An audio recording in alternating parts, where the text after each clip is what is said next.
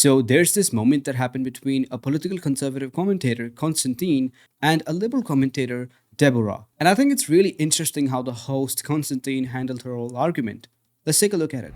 What we have to do then is look at, is there any history of transgenderism throughout the ages? And I looked into this because I looked at Indigenous societies, and I thought, well, there will be some, people fear what's different. So there will be Indigenous societies where there weren't transgender people accepted. And I looked and I looked and I looked and I could not find any. It was completely normal in most societies for this to be not a binary thing, for it not to be male and female, but for it to be more like a scale. So if you walk past a building and, a bar, and someone says, is it loud in there? You understand that that person is saying, yes, it is loud in there, but they mean loud for them, because there's loud and there's soft, there's high and there's low, there's young and there's old. We're all old to someone and we're all young to someone, right? We're all old to a 7-year-old, we're all young to an 80-year-old, right? So there's very few things where we go, it's this or it's that. You might have heard of the American Two-Spirit people, and a Native American Two-Spirit. You guys heard of that? Yeah.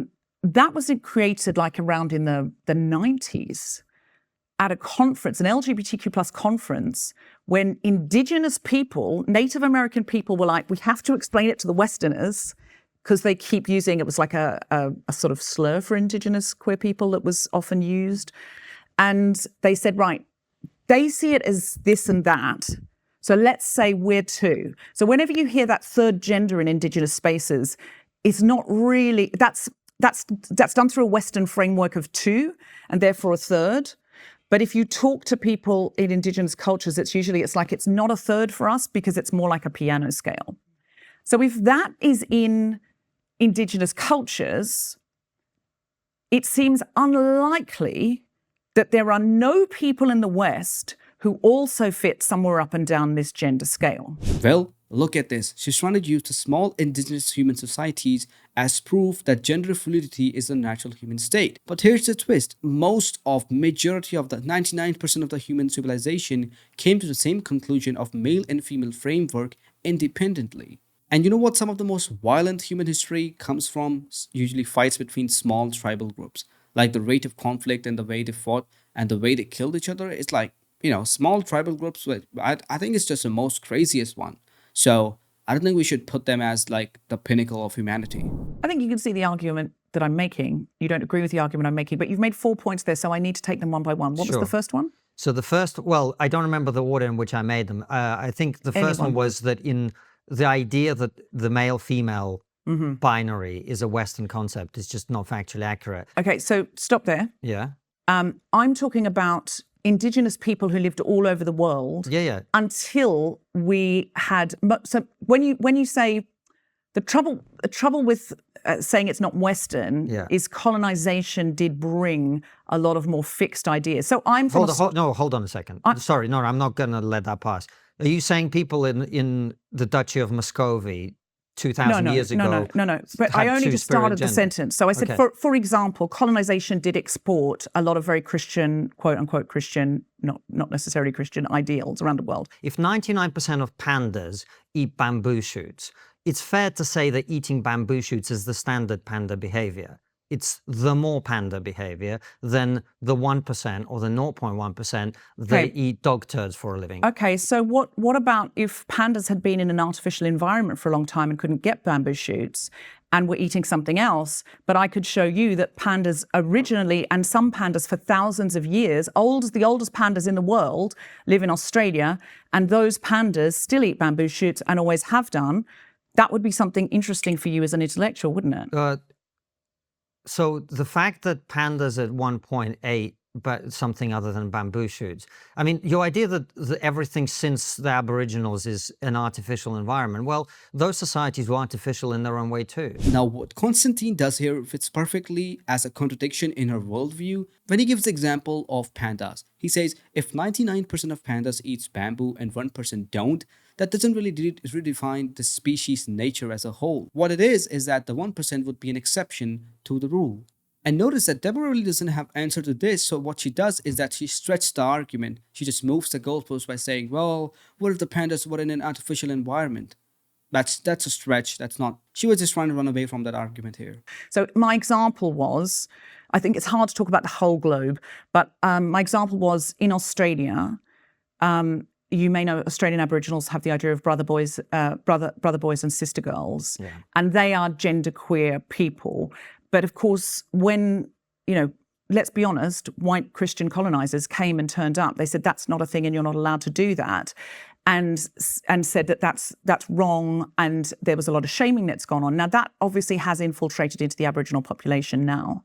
There's still brother boys and there's still sister girls, but there's a lot of homophobia in the Aboriginal population that didn't exist before it was imposed. But you're not addressing my argument. My argument is not that there aren't Indigenous communities where these practices exist. My argument is that is by far and away a tiny minority of the global population of humans. I don't really understand how that matters, though, because it's still the archaic way people behave. If 99% of people do something and 0.1% of people do something different. Do you know why Indigenous populations are so small, though?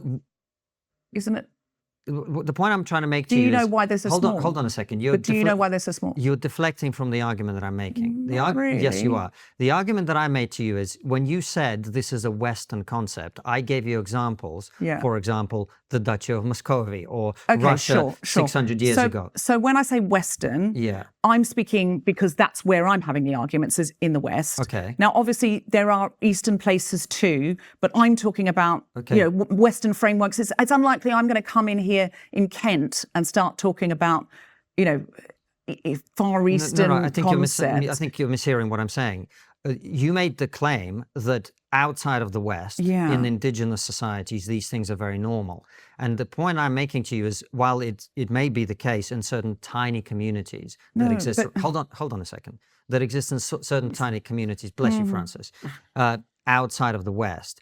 There are also lots of other civilizations outside of the West where the gender binary that you were talking about as a Western concept is actually much more firmly enforced than it is in the West. In the Islamic civilization, in the Chinese civilization, in Russia, all over the world, in pretty much everywhere. So bringing up tiny Indigenous communities does not prove the case. Okay, but Indigenous communities tend to be, I think, it's more archaic. It's more what it was before we brought in all these religious frameworks. You're still talking about the Muslim world. You're still talking about an Abrahamic framework. Okay, what about the Chinese? I don't know. I haven't looked into the Chinese enough represent 1.4 billion people. people. But if you probably looked into Indigenous Chinese culture, that archaic before we had a lot of... China now is not a great example. I think you'll understand why. Because of a fairly extreme regime with not great human rights. So I think what I'm trying to look at, if you really look at what I'm saying, is that there are other frameworks that are perhaps more human, that are more less human. Well, they're less driven by controlling regimes or controlling religions. I get it, but I don't think that makes them more human. If 99% of humans do A, it seems to me that A is more human. You must know. You're a bright man. I am. You Thank must know. You must know, you're a public intellectual, you must know that 99%, given the recent population boom of people under draconian governments, under draconian binary religious ideals, doesn't dwarf an Indigenous culture that has been there. Australian Aboriginals are the oldest Indigenous culture in the world. Here's where it really falls apart when she says that the Westerners actually imposed the binary idea of male and female framework onto other civilizations. But here's the point. Before Westerners even occupied any part of the world, the Chinese civilization, the Islamic world, they all had these views of male and female framework before colonization. So if it's not colonization, then what is it? Maybe it's just a human nature. Maybe that's just how we are wired to be. So yeah, that's my... breakdown of this debate. You can watch the full debate by clicking the link in the description. If you enjoyed this video, then like this video and subscribe to the channel for more videos like this. I'll see you in the next one. Till then, take care everyone, and bye-bye.